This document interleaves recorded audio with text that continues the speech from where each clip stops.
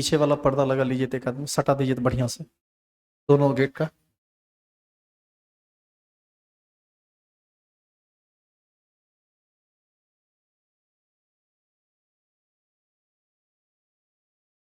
तुम जाओ तो वो 3rd नंबर स्विच ऑफ कर दो तो वहाँ ऊपर से ऊपर वाले बोर्ड का जाओ ना, हम दिख बता रहे हैं ऊपर से उधर से 3rd नंबर।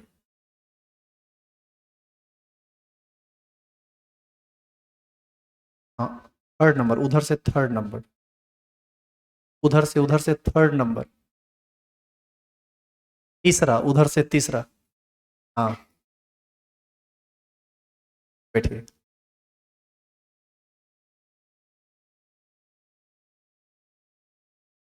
शुरू करें, चलिए लिखिए तो।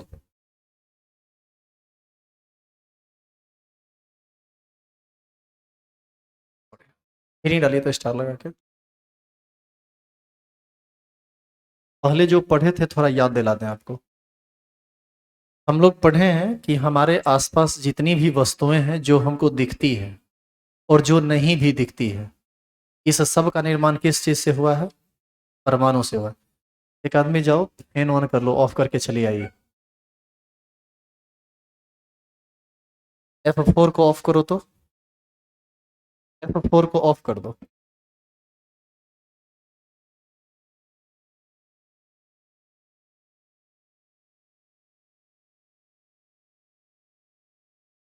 चलो देखो, हम लोग अभी तक पढ़े हैं कि हमारे आसपास जो भी चीजें दिख रही हैं और जो नहीं दिखती हैं, उस सब का निर्माण छोटे छोटे कण से हुआ है, जिसको हमने क्या कहा था?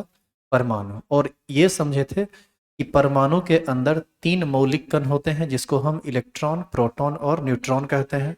और फिर हम ये समझे कि इलेक्ट्रॉन पर ऋण आवेश होता है, प्रोटॉन पर धन आवेश होता है और न्यूट्रॉन पर कोई भी आवेश नहीं होता है, वह उदासीन होता है। यहाँ तक हम लोग पढ़ चुके हैं।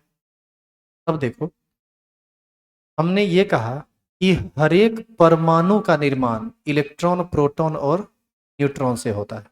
अब बताइए, जब हर एक परमाणु इलेक्ट्रॉन, प्रोटॉन और न्यूट्रॉन से बना है, तो परमाणु एक दूसरे से अलग कैसे हैं? जैसे ऑक्सीजन का परमाणु फ्लोरीन से अलग है, क्रोमियम से अलग है। तो अलग अलग, जब सब परमाणु इलेक्ट्रॉन, प्रोटॉन और न्यूट्रॉन से ही बना है, तो कोई ऑक्सीजन, कोई हाइड्रोजन, कोई लिथियम क्यों? सब तो एक ही हो सकता था। लेकिन ऐसा नहीं है। ऐसा इसलिए नहीं है क्योंकि अलग अलग परमाणुओं में इलेक्ट्रॉन की संख्या, प्रोटॉन की संख्या और न्यूट्रॉन की संख्या अलग अलग होती है। आज हम सीखेंगे किसी उदासीन परमाणु में इलेक्ट्रॉन, प्रोटॉन और न्यूट्रॉन की संख्या कितनी होती है और उसको हम कैसे याद करते हैं। तो स्टार लगाइए, हेडिंग डालिए तो।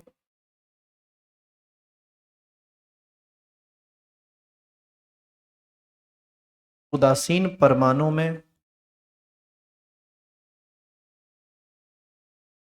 इलेक्ट्रॉन, प्रोटॉन तथा न्यूट्रॉन की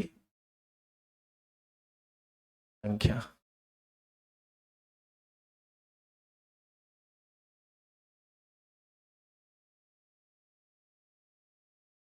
सबसे पहला जानो इसमें,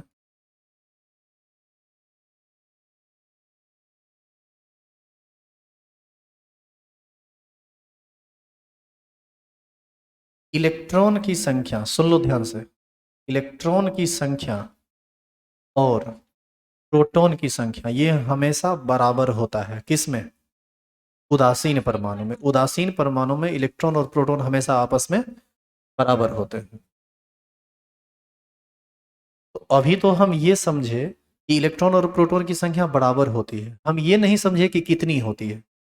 जानिए, किसी भी उदासीन परमाणु में इलेक्ट्रॉन की संख्या या प्रोटॉन की संख्या उतनी ही होती है जितना उस परमाणु का परमाणु संख्या होता है। जैसे ऑक्सीजन की परमाणु संख्या 8 होता है, तो इसका मतलब हुआ ऑक्सीजन के एक परमाणु में 8 इलेक्ट्रॉन होगा और 8 प्रोटॉन होगा। ये बात समझ में? तो यहां से हम लिख सकते हैं इलेक्ट्रॉन की संख्या बराबर प्रोटॉन की संख्या, बराबर लिख दें परमाणु संख्या। ना कुछ नहीं बोला रहे, लिख सकते हैं कि नहीं? परमाणु संख्या को किस चीज से सूचित करते हैं? जेड से। तो हम यहाँ पर शॉर्टली लिख सकते हैं इलेक्ट्रॉन बराबर प्रोटॉन बराबर जेड। आया ना? दूसरी बात, न्यूट्रॉन की जो संख्या होती है ये होता है परमाणु द्रव्यमान,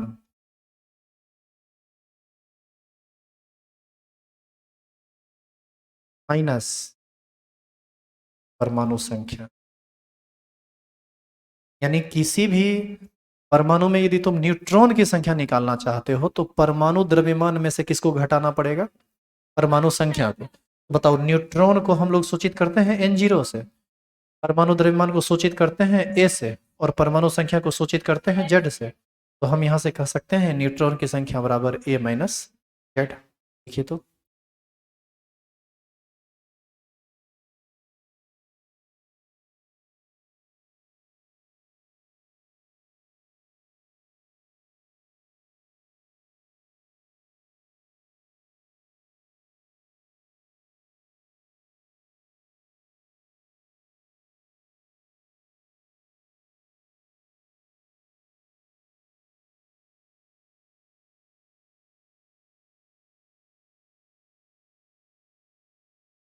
पढ़ा दो इसे, साथ साथ लिखते चलिएगा, क्योंकि ये सब बात बहुत भारी तो नहीं है। क्या भारी लग रहा है ये सब?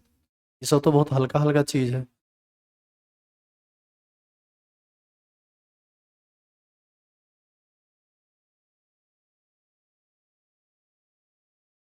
अब इस पर हम एक एग्जाम्पल करते हैं।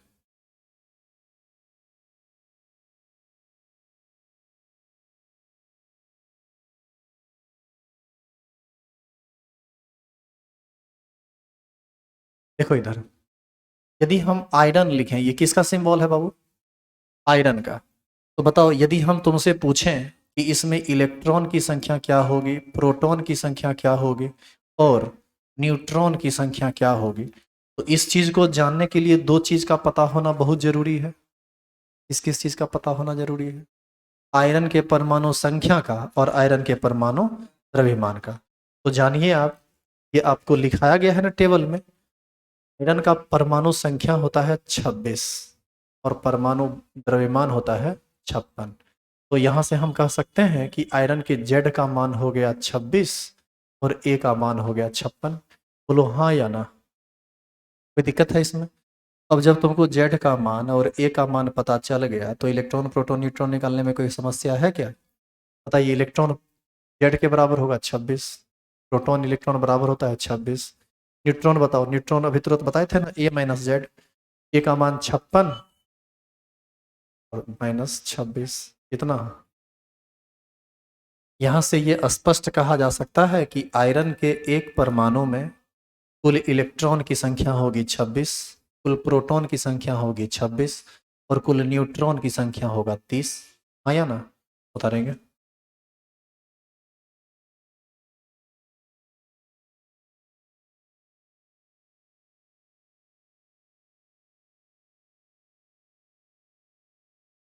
तो ये था आपका पहला एग्जाम्पल।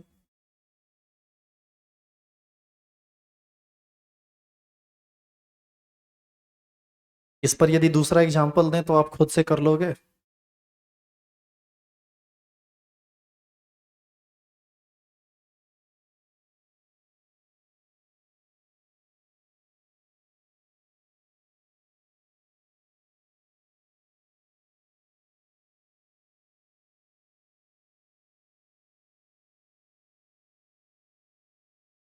ठीक है। अब मान लो क्रोमियम का हमको ज्ञात करना है। क्रोमियम का एटॉमिक नंबर होता है 24 और एटॉमिक मास होता है 52। तो बताओ, यहां से हम कहते हैं जेड का मान 24, ए का मान 52। तो बताओ यहाँ इलेक्ट्रॉन कितना, प्रोटॉन कितना और न्यूट्रॉन कितना? जल्दी जल्दी बताओ। बताओ, इलेक्ट्रॉन कितना? 24। प्रोटॉन कितना और न्यूट्रॉन कितना? 52 माइनस 24 बराबर 28। यहाँ से ये बात स्पष्ट कही जा सकती है कि क्रोमियम के एक परमाणु में 24 इलेक्ट्रॉन, 24 प्रोटॉन और 28 न्यूट्रॉन होते हैं। अब बताइए कि आयरन के परमाणु में और क्रोमियम के परमाणु में समानता क्या है और अंतर क्या है? समानता ये है कि ये भी इलेक्ट्रॉन प्रोटॉन न्यूट्रॉन से बना है, ये भी इलेक्ट्रॉन प्रोटॉन न्यूट्रॉन से बना है। अंतर यह है कि इसमें इलेक्ट्रॉन है 26, इसमें इलेक्ट्रॉन है 24। इसमें प्रोटॉन है 26, इसमें प्रोटॉन है 24। इसमें न्यूट्रॉन है 30, इसमें न्यूट्रॉन है 28। तो परमाणु जब अलग अलग हैं तो इससे बनने वाले तत्व का गुण भी अलग अलग होगा। इसीलिए परमाणु 118 तरह का खोज हुआ है और सबका गुण अलग अलग जैसा है। कुछ ना कुछ भिन्नता है, कुछ की समान, कुछ में समानता भी है, जो आप आगे पीरियोडिक टेबल में पढ़ेंगे। जैसे हमने कहा कि हर एक वस्तु का निर्माण परमाणु से हुआ है। तो जब हर एक वस्तु परमाणु से ही निर्मित हुआ है तो फिर अलग अलग वस्तु अलग अलग गुण कैसे प्रदर्शित करता है। जैसे आप जिस बेंच पर बैठे हुए हैं, इसमें जो प्लाई लगा हुआ है ये कमजोर होगा, लेकिन उसी बेंच का जो फ्रेम है वो लोहा का बना हुआ है, ये मजबूत होगा। तो इसके पीछे का क्या कारण है? इसके पीछे का कारण है कि लकड़ी में, प्लाई में अलग तरह का परमाणु होगा और आयरन का जो रॉड है उसमें अलग तरह का परमाणु होगा। लोहा के फ्रेम में लोहा का परमाणु होगा और ये जो प्लाई देख रहे हैं ये लकड़ी का है, इसमें कार्बन का परमाणु होगा। तो कार्बन का अलग गुण होता है, लोहा का अलग गुण होता है। लोहा मजबूत होता है, कार्बन उतना मजबूत नहीं होता है। तो इस स्थिति में हम कह सकते हैं कि वस्तु का जो गुण बदलता है वह इसलिए बदल जाता है क्योंकि वह जिस चीज से निर्मित हुआ है उसके उसका परमाणु बदल जाता है और अलग अलग परमाणु का नेचर या प्रकृति अलग अलग होती है। क्या आई बात समझ में? तो हर एक परमाणु, परमाणु के तीन मौलिक कण होते हैं, इलेक्ट्रॉन प्रोटॉन और न्यूट्रॉन। हर एक परमाणु बना है इलेक्ट्रॉन प्रोटॉन और न्यूट्रॉन से ही, लेकिन फिर भी सब परमाणु का गुण आपस में भिन्न भिन्न है, समान नहीं है। क्लियर है ये चीज? चलो अब एक एग्जांपल निकालो ऑक्सीजन का, जल्दी से निकालो तो आप खुद से।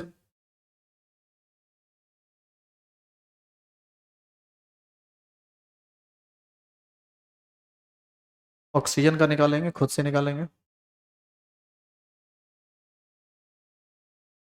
अच्छा ये बताओ, इलेक्ट्रॉन प्रोटॉन न्यूट्रॉन निकालने के लिए एटॉमिक नंबर एटॉमिक मास लिखा होना चाहिए ना, या याद होना चाहिए?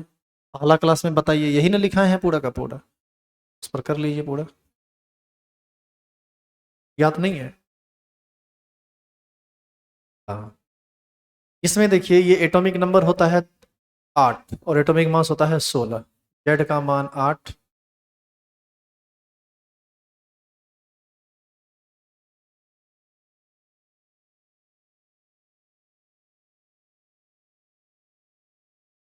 अब देखो यह एक ऐसा परमाणु है जिसमें इलेक्ट्रॉन प्रोटॉन और न्यूट्रॉन सब आपस में बराबर है।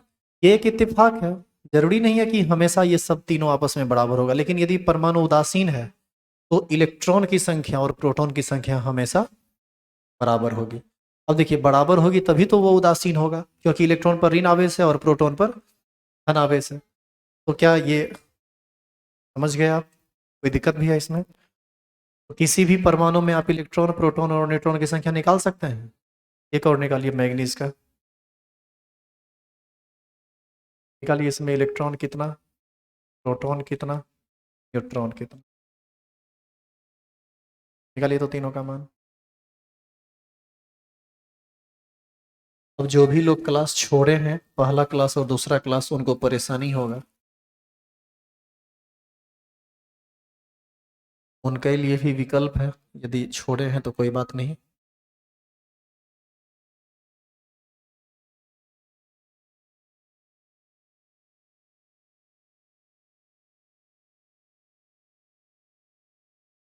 इसमें भी समान आ गया ना? समान कैसे आएगा? मैग्नीज का एटॉमिक नंबर बताओ। मैग्नीज लिखा है, मैग्नीज है, मैग्नीशियम थोड़ी है। 25 और इसका एटॉमिक मास होता है 55। तो इलेक्ट इसके लिए जेड का मान हो गया 25 और ए का मान हो गया 55। इलेक्ट्रॉन हो जाएगा 25, प्रोटॉन हो जाएगा 25 और न्यूट्रॉन हो जाएगा 55 माइनस 25 बराबर। क्लियर है?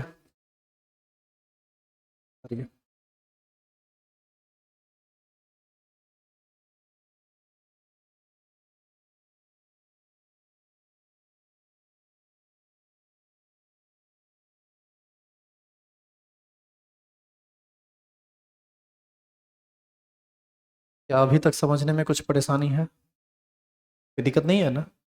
लिखेंगे। अभी हम लोग 9 10th का कुछ बेसिक बात समझ रहे हैं जो आप पहले से जानते हैं लेकिन बहुत अच्छे से नहीं जानते, उसी को थोड़ा ढंग से सीख रहे हैं, ठीक है? लिखेंगे आयन।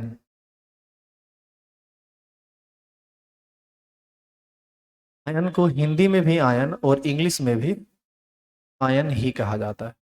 पता है इसकी क्या परिभाषा है? क्या परिभाषा है इसकी? आवेशित कण को ही हम क्या कहते हैं? आयन। लिखेंगे नीचे एरो देके। लिखिए।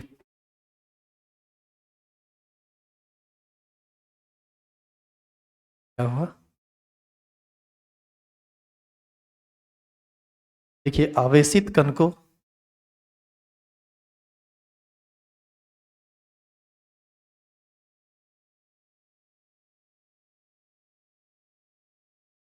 आवेशित कण को आयन कहा जाता है। बस 2 से 3 दिन में लेवल पकड़ लेगा, टेंशन मत लीजिए। आवेशित कण को आयन कहा जाता है। जैसे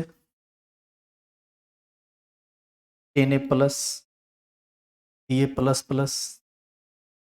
Al3+, Mg2+। अच्छा एक बात बताओ, इस दोनों में अंतर है क्या? इसमें और इसमें? ये दोनों सेम चीज़ है। हमको 3+ लिखना हो तो ऐसे लिख दें या 3+ ऐसे लिख दें, ये भी एक ही चीज़ है, अलग अलग चीज़ नहीं है। और भी एग्जांपल है Cl-, Br-, O2-, N3-, CO22-, SO4 2-, CO4 3-, etc।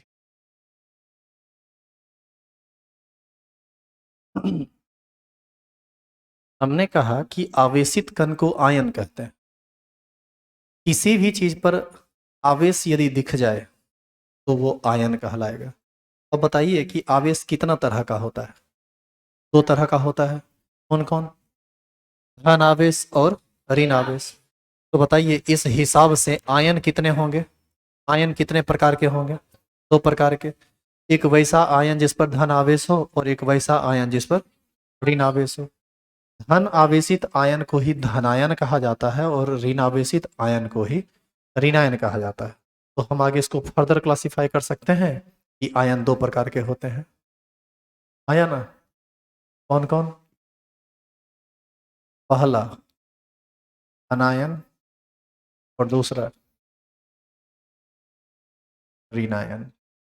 English में इसको क्या बोलते हैं? केटायन। और इसको क्या बोलते हैं? एनायन।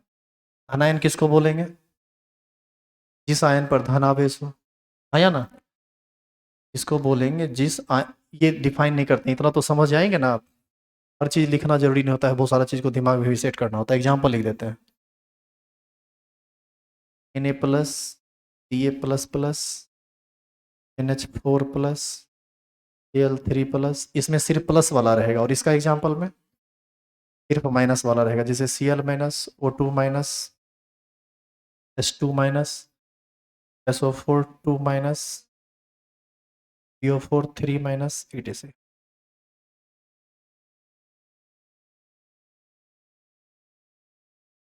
हालांकि आयन को भी बाद में डिटेल में देखेंगे, अभी तो शॉर्टकट में देख रहे हैं। अभी सब बेसिक चल रहा है तो बहुत ज़्यादा डिटेल में हम नहीं जाएंगे अभी। बस एक लैंग्वेज तैयार कर लीजिए मन में केमिस्ट्री का, उसके बाद अपने टॉपिक बढ़ेगा बहुत तेजी में।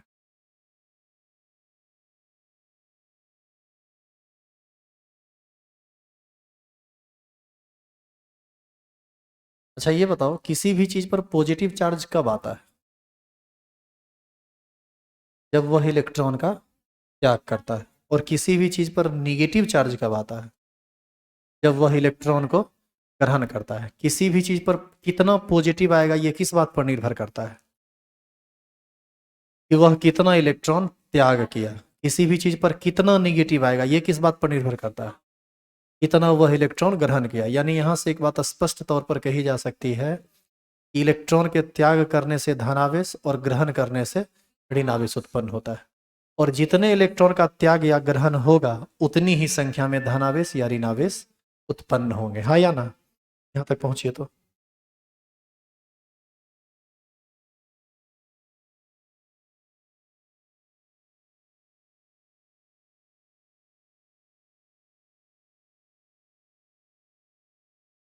हो गया। नीचे एरो दीजिए, लिखिए।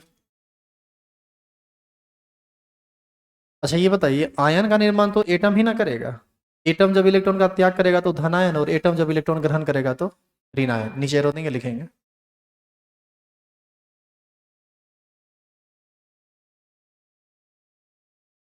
हाँ,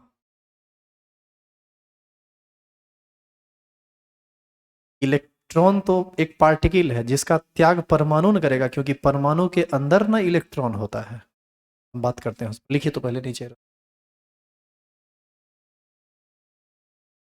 लिखेंगे। जब कोई परमाणु जब कोई परमाणु इलेक्ट्रॉन त्याग करता है, जब कोई परमाणु इलेक्ट्रॉन त्याग करता है तो उस पर धन आवेश उत्पन्न होता है। तो उस पर धन आवेश उत्पन्न होता है। तो उस पर धन आवेश उत्पन्न होता है, और धन आवेश उतनी ही संख्या में उत्पन्न होता है, और धन आवेश उतनी ही संख्या में उत्पन्न होता है जितनी संख्या में जितनी संख्या में वह इलेक्ट्रॉन का त्याग करता है। जितनी संख्या में वह इलेक्ट्रॉन का त्याग करता है।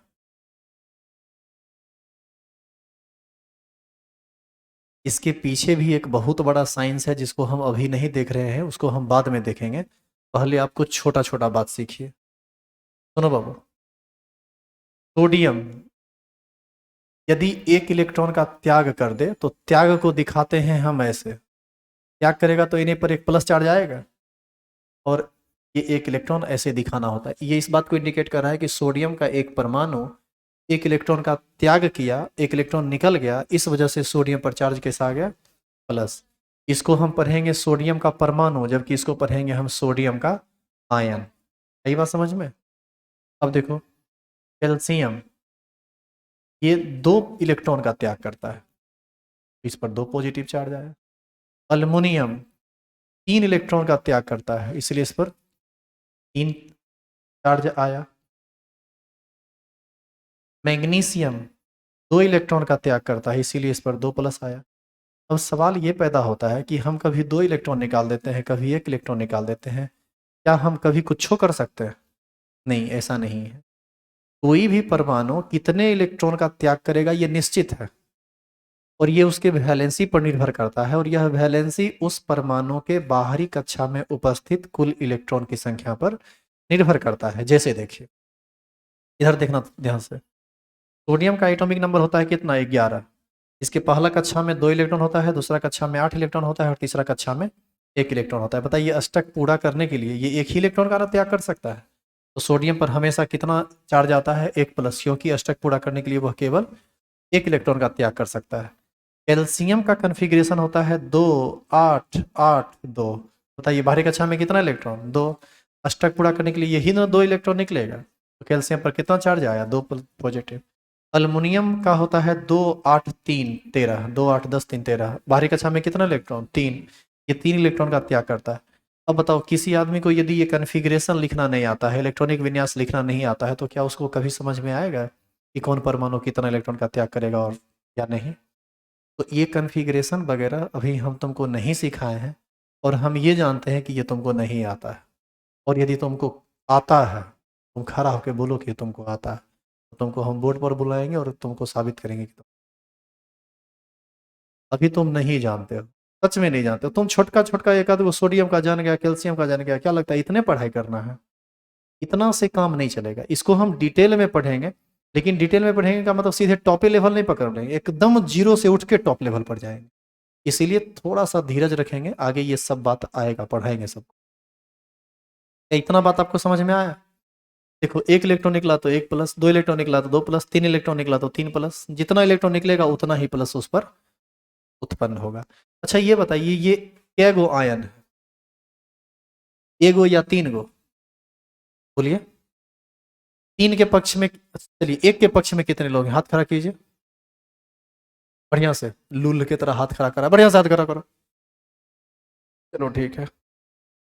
तीन के पक्ष में कितने लोग हैं? ये आयन कितनी संख्या में है? देखो, बैठ, हाथ नीचे कर लो। ये केवल एक आयन है जिस पर आवेश की संख्या तीन है। यदि यहां पर तीन आयन होता ना, तो यहां पर कॉफिशिएंट में क्या लगा होता? तीन। तो आयन की संख्या पता करनी हो तो कॉफिशिएंट देखिए, ये तो चार्ज है जी, यही ये इंडिकेट कर रहा है कि ये आयन है। ये आयन है एक जिस पर आवेश है कितना? तीन। ये आयन है एक जिस पर आवेश कितना है? एक प्लस। ये आयन है एक जिस पर आवेश कितना है? दो प्लस। ये आयन है एक जिस पर आवेश है तीन प्लस। ये आयन है एक जिस पर आवेश कितना है? दो प्लस। यही बात समझ में? नीचे एरो दीजिए, लिखिए। ये लिखा हुआ पहले सो बताओ, नहीं लिखे हो? इसको लिखो पहले।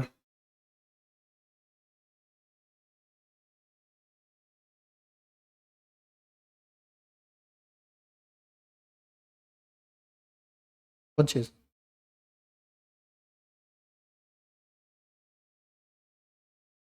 वही टाइम है 9 से।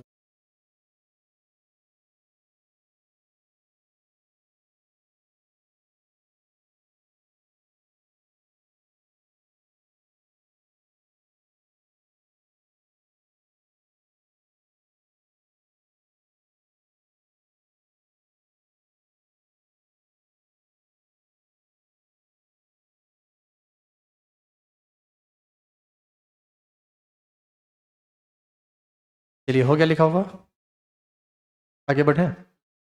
अब देखो, कोई भी परमाणु इलेक्ट्रॉन का त्याग किया तो धन आवेश आया, तो इलेक्ट्रॉन ग्रहण करेगा तो कैसा आवेश आएगा? ऋण आवेश। और ऋण आवेश उतनी ही संख्या में आएगा जितनी संख्या में वो इलेक्ट्रॉन को ग्रहण करेगा। यही बात नीचे एरो देके लिखिए, तो लिखो तो।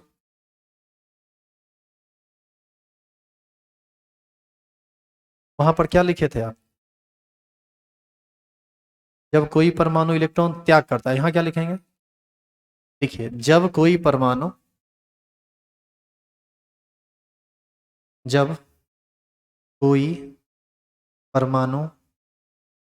इलेक्ट्रॉन ग्रहण करता है,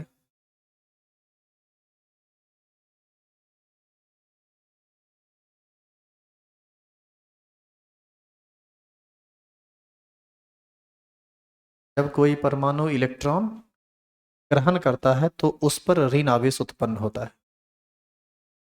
तो उस पर ऋण आवेश उत्पन्न होता है।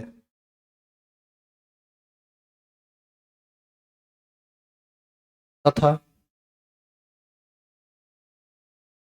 ऋण आवेश उतनी ही संख्या में उत्पन्न होता है, तथा ऋण आवेश उतनी ही संख्या में उत्पन्न होता है। ऋण आवेश उतनी ही संख्या में उत्पन्न होता है इतनी संख्या में वह इतनी संख्या में वह इलेक्ट्रॉन ग्रहण करता है। इतनी संख्या में वह इलेक्ट्रॉन ग्रहण करता है। इधर देखना, क्लोरीन का एटॉमिक नंबर होता है 17, कॉन्फ़िगरेशन होता है 287। बताइए, अपने बाहरी कक्षा में 8 इलेक्ट्रॉन पूरा करने के लिए ये दो काम कर सकता है, या तो ये 7 इलेक्ट्रॉन का त्याग कर दे, और नहीं तो एक इलेक्ट्रॉन ग्रहण कर ले। आसान काम कौन है? एक इलेक्ट्रॉन ग्रहण करना। अतिरिक्त इलेक्ट्रॉन ग्रहण हो रहा है, इलेक्ट्रॉन निगेटिव चार्ज होता है, तो एक अतिरिक्त नेगेटिव चार्ज आ जाएगा। इसका मतलब Cl एक इलेक्ट्रॉन को ग्रहण करेगा तो कन्वर्ट कर जाएगा किस में, Cl एक माइनस। समझे? ऑक्सीजन 2 इलेक्ट्रॉन को ग्रहण करता है, ये कन्वर्ट कर जाता है O2 2 माइनस में, O2 माइनस में। सल्फर भी 2 इलेक्ट्रॉन ग्रहण करता है, ये कन्वर्ट कर जाता है H2 माइनस में। क्या है? सल्फर का भी कन्फिग्रेशन होता है 2 8 6, मतलब ये अष्टक पूरा करने के लिए 2 इलेक्ट्रॉन ग्रहण करेगा। नाइट्रोजन 2 5 होता है, 3 इलेक्ट्रॉन ग्रहण करेगा तो इसका अष्टक पूरा हो जाएगा। तो नाइट्रोजन पर कितना नेगेटिव चार्ज उत्पन्न होगा? 3। देखो कैसे, नाइट्रोजन का एटॉमिक नंबर होता है 7, पहला कक्षा में 2 इलेक्ट्रॉन, दूसरा कक्षा में 5। यदि ये 3 इलेक्ट्रॉन अतिरिक्त ले ले तो बताइए इसका अष्टक पूरा हो जाएगा कि नहीं? करेंगे एग्जाम्पल।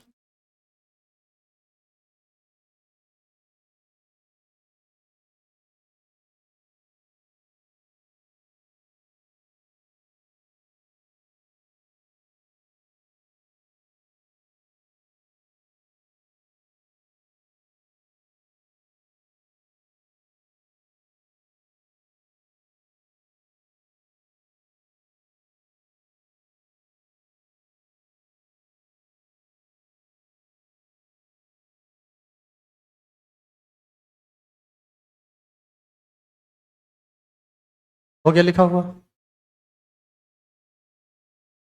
अब देखो, त्याग करने से और ग्रहण करने से, पहले सुन लो, कोई भी परमाणु जब इलेक्ट्रॉन का त्याग या ग्रहण करता है तो आवेश उत्पन्न होता है, चाहे वह धन आवेश हो या ऋण आवेश। त्याग करेगा तो धन आवेश और ग्रहण करेगा तो ऋण आवेश।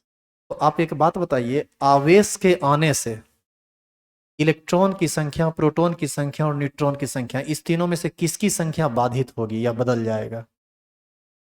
इलेक्ट्रॉन की संख्या। न्यूट्रॉन की संख्या कैसे बदलेगा? फिर से सुनिए, हमने क्वेश्चन जो पूछा उसके बारे में सुनिए। हमने कहा यदि किसी परमाणु पर आवेश आ जाए तो आवेश के आने से किसकी संख्या बदलेगी? न्यूट्रॉन, प्रोटॉन या इलेक्ट्रॉन की? इलेक्ट्रॉन की संख्या बदलेगी। प्रोटॉन और न्यूट्रॉन की संख्या में कोई परिवर्तन नहीं होगा, क्योंकि नेगेटिव आवेश हो या पॉजिटिव आवेश हो, ये आता है किसकी वजह से? इलेक्ट्रॉन की वजह से। पॉजिटिव आवेश आता है तब जब इलेक्ट्रॉन निकल जाता है, और नेगेटिव आवेश आता है तब जब इलेक्ट्रॉन आ जाता है। अब इस बात को थोड़ा और डिटेल में समझिए। एक बात बताओ, सोडियम जब उदासीन होगा, जब इस पर किसी प्रकार का कोई आवेश नहीं होगा, तो सोडियम के का एटॉमिक नंबर कितना होता है? 11, और एटॉमिक मास कितना होता है? 23। तो इलेक्ट्रॉन होगा इसमें कितना? 11। प्रोटॉन कितना होगा? 11। न्यूट्रॉन कितना होगा? बोलो जल्दी। 23 में 11 घटा देंगे, कितना बचेगा? 12। देखो, तुम लोग पढ़ लेते हो, बोलते नहीं हो, ये गलत आदत है। पढ़ो, समझो तो उसको एक्सप्रेस करो, और ज़्यादा कंसेप्ट क्लियर होगा और तुम्हारा हेजिटेशन खत्म होगा। जो तुम शर्माते हो बोलने में, वो सब दूर करो। सोडियम के एक परमाणु में इलेक्ट्रॉन की संख्या एटॉमिक नंबर के बराबर होगा, 11 के बराबर होगा। प्रोटॉन और इलेक्ट्रॉन आपस में बराबर होता है, तो वो भी 11 होगा। न्यूट्रॉन कैसे निकलेगा? Atomic mass minus atomic number, 23 minus 11 कितना हो जाएगा? 12। अब आप एक बात बताइए कि सोडियम का एटॉमिक नंबर 11 होता है, कन्फिग्रेशन होता है 2 8 1 होता है ना जी। यदि ये एक इलेक्ट्रॉन का त्याग कर दिया तो सोडियम कन्वर्ट कर गया किस में? Na प्लस में। और ये Na प्लस में इसलिए ना बदला क्योंकि ये एक इलेक्ट्रॉन निकल गया। अब यदि हम तुमसे पूछें यहाँ पर सोडियम में इलेक्ट्रॉन, प्रोटॉन और न्यूट्रॉन कितना है, तो सोडियम में तो इलेक्ट्रॉन, प्रोटॉन, न्यूट्रॉन तुम निकाले हो, 11 है, 11 और 12।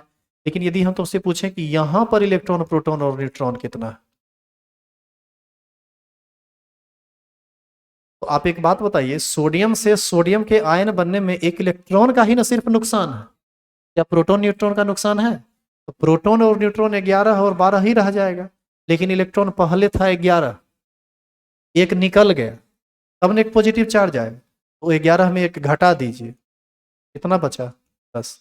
इस हिसाब से बताइए, किसी भी आयन में आप इलेक्ट्रॉन, प्रोटॉन, न्यूट्रॉन की संख्या ज्ञात कर सकते हैं कि नहीं?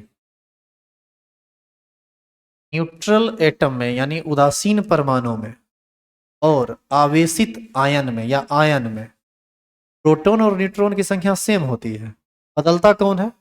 इलेक्ट्रॉन की संख्या।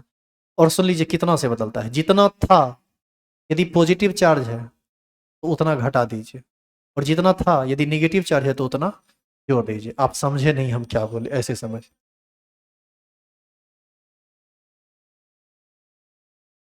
क्या बोले, कब बोले? हाँ, अब सामान्य हुआ नहीं, प्रोटॉन कैसे 10 होगा? आप जो वहां लिखे थे उसको एक बार फिर याद कीजिए, लिखा हुआ है, सारा रिकॉर्ड है। लगता है वो रिकॉर्ड मिट गया, वो मिटाए हैं। अच्छा सुनो, तुम हेडिंग आज के क्लास में सबसे पहले क्या लिखे थे? ये जो पढ़ा रहे थे उसमें तनी हेडिंग देखो तो क्या लिखे थे, जल्दी देखो। हेडिंग लिखे हैं, सुनो, हेडिंग लिखे हैं उदासीन परमाणु में, ये ना लिखा हुआ है। तो जब आप Na+ की बात करते हैं तो क्या वो उदासीन है? तो उदासीन में बराबर होगा? उदासीन में बराबर नहीं होगा वो तो। यहाँ पर आप ये कह रहे हैं, सुनिएगा ध्यान से सभी लोग, इनका क्वेश्चन है कि सर यहाँ पर आप पीछे लिखा है कि इलेक्ट्रॉन और प्रोटॉन की संख्या बराबर होती है, यदि यहाँ पर इलेक्ट्रॉन घट गया तो प्रोटॉन भी ना घट जाना चाहिए। तो बाबू ये उदासीन है इसलिए बराबर है, ये उदासीन है इसलिए बराबर है। क्या ये उदासीन है? जब उदासीन नहीं है तो बराबर कैसे होगा? आयन में इलेक्ट्रॉन और प्रोटॉन की संख्या कभी भी बराबर नहीं होती है। लिख लीजिए, लिखिए तो नोट करके।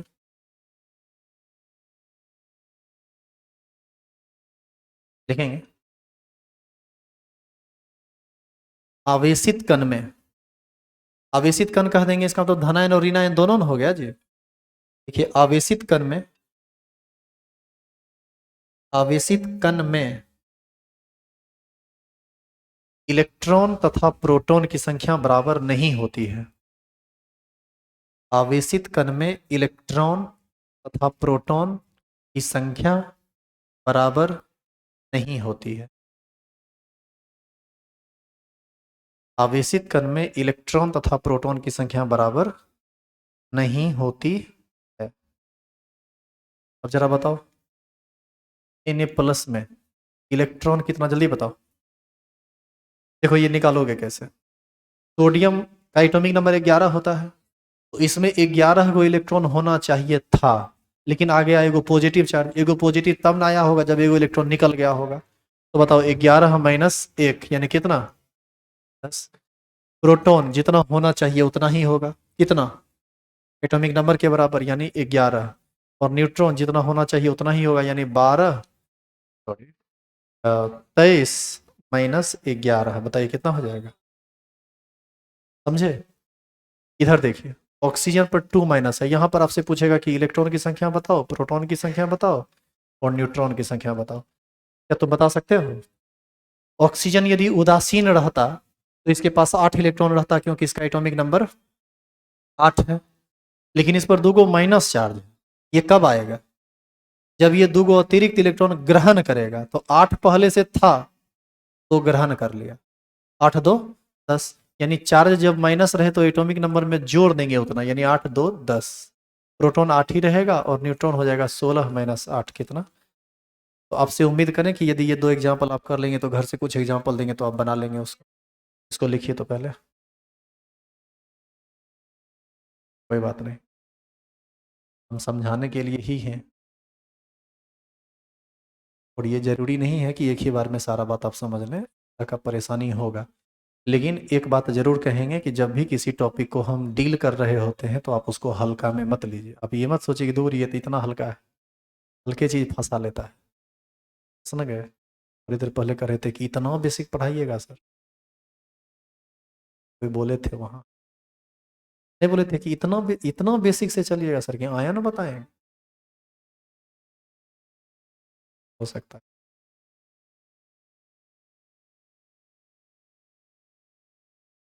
आज पर्दा वो इधर उधर हो रहा है, वहां से रिफ्लेक्शन बीच बीच में कभी कभी आता है बोर्ड पर, तो लगता है लाइट चल रहा है, तो आपको नहीं दिख रहा है वो उस क्लास से उसको। हो क्या, लिख लिए? होमवर्क दें? चलो होमवर्क नोट करो तो। देखो होमवर्क,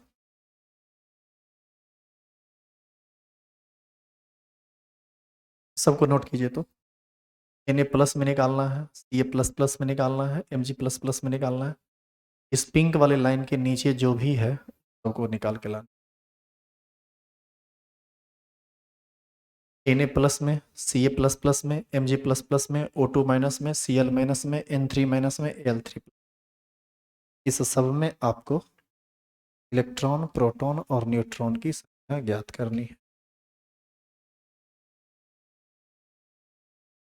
अभी आप इस तरह के आयन को नहीं समझ पाएंगे। देखो इधर CO3 2 माइनस, बताओ यह भी तो आयन है। देखो इस आयन में और उस आयन में अंतर है, यह मोनो एटॉमिक आयन है, यह पॉली एटॉमिक आयन है। इसका कंसेप्ट थोड़ा लंबा चौड़ा भारी भरकम है, ये अभी तुमको समझ में नहीं आएगा, इसीलिए हम अभी इस पर कोई चर्चा नहीं करेंगे। जब आगे पढ़ेंगे तो ये सब अपने आप समझ जाओगे, कोई भारी चीज नहीं। पहले आप ये बताओ कि यहाँ तक में तुमको कोई समस्या भी है, परेशानी भी है, कुछ पूछना है, कोई ऐसा बात जो आप नहीं समझे हो। चलिए, तो इस होमवर्क को करके आप आएंगे कब? सोमवार को, कल संडे है, छुट्टी है। लेकिन वैसे लोग जिनका क्लास छूटा हुआ है और आप यूट्यूब से भी नहीं पढ़ सकते हैं, तो आप कल आ जाइएगा 8 से 9। अभी तक मात्र ये आज तीसरा क्लास है, अभी तक इससे पहले 2 ही ना क्लास हुआ है। उस 2 क्लास में जितना बात बताए हैं उस सब को हम कल 8 बजे से लेकर 9 बजे तक में समझा देंगे। जो लोग क्लास नहीं आना चाहते वो देखिए, इधर रुकिए, इधर देखिए। जो लोग क्लास नहीं आना चाहते, आप सभी आदमी घर पर भी पढ़ सकते हैं। शुरू में अभी वीडियो सब रिकॉर्डिंग हो रहा है, ये सब यूट्यूब पर जा रहा है। यूट्यूब पर आप मोबाइल में यूट्यूब खोलिएगा, यूट्यूब खोलिएगा, इसमें तो थोड़ा क्रोम वर्जन है तो हम अलग तरह से खोल रहे हैं। उसमें खोल यूट्यूब खोलिएगा और उसमें क्या कीजिएगा, सर्च में देखो, इधर देखो, हंसिए मत, सीखिए। सर्च में खोल लिखिएगा Sharda chemistry, SHARDA, Sharda chemistry लिखिएगा तो आगे अपने आप कुछ कुछ आ जाएगा। ठीक है, शारदा केमिस्ट्री क्लासेस बेगूसराय बिहार है ना, ये अपने आ जाएगा, चूंकि चैनल थोड़ा ग्रोथ कर रहा है। ये टोपी लगाया हुआ ठंडा मारा हुआ फोटो मिलेगा, ठीक है, शारदा केमिस्ट्री लिखा हुआ, इस पर आप क्लिक कर देना। ठीक है, इस पर क्लिक करोगे तो तुमको मिलेगा home, videos, shorts, live, playlist. आप चले जाएंगे किस पर? प्लेलिस्ट पर। प्लेलिस्ट में जाने के बाद आप देखेंगे तो आपको मिलेगा some basic concept of chemistry 11th English medium. आप किस मीडियम में हैं? आपको हिंदी मीडियम में खोजना है तो आगे जाइए, some basic concept of chemistry class 11th Hindi medium है, इस पर क्लिक करेंगे। इस पर क्लिक करेंगे तो देखिए लेक्चर 1, L1H का मतलब हुआ लेक्चर 1 हिंदी मीडियम। इसमें एटॉमिक मास, एटॉमिक नंबर और सिंबल के बारे में बताया गया है, मात्र 22 मिनट का वीडियो है। और दूसरा लेक्चर L2H, ये बताया गया है basic knowledge of element, compound and radical, वहाँ हिंदी में बोला गया है, हिंदी में लिखाया गया है। हाँ? वही तो हम कह रहे हैं। तो ये आपको मिल जाएगा, तो मात्र 2 ही लेक्चर है तो आप क्लास वहाँ पर भी पढ़ सकते हैं। यदि इसको पूरा का पूरा डिस्प्ले कर दिया जाए तो ये पूरा का पूरा दिखेगा और आपको पढ़ने में, समझने में किसी तरह की कोई परेशानी नहीं होगी। और वहाँ से क्वालिटी को बढ़ा घटा के आप जिस लेवल में पढ़ना चाहते हैं पढ़ सकते हैं, कोई इशू नहीं। देख रहे हैं, वो सब पूरा का पूरा बोर्ड पर दिखेगा। तो ये अपने मोबाइल पर देख लीजिएगा। यहाँ आ सकते हैं तो ठीक है, यहाँ मोबाइल मान लीजिए घर में नहीं है तो यहाँ आके 8 से 9 में पढ़ लीजिए, और यदि मोबाइल है तो घर पर भी पढ़ लीजिए, यहाँ आने की कोई ज़रूरत नहीं है। शुरू में अभी 10-20 दिन लगातार वीडियो लेक्चर जाएगा, लेकिन सब दिन लेक्चर नहीं जाएगा। क्यों नहीं जाएगा वो आप समझ ना रहे हैं कि नहीं समझ रहे हैं? समझ रहे हैं। ये इसलिए नहीं जाएगा पूरा का पूरा, कहे कि नुकसान हो जाएगा ना फिर बहुत, नहीं होगा रे। आइए,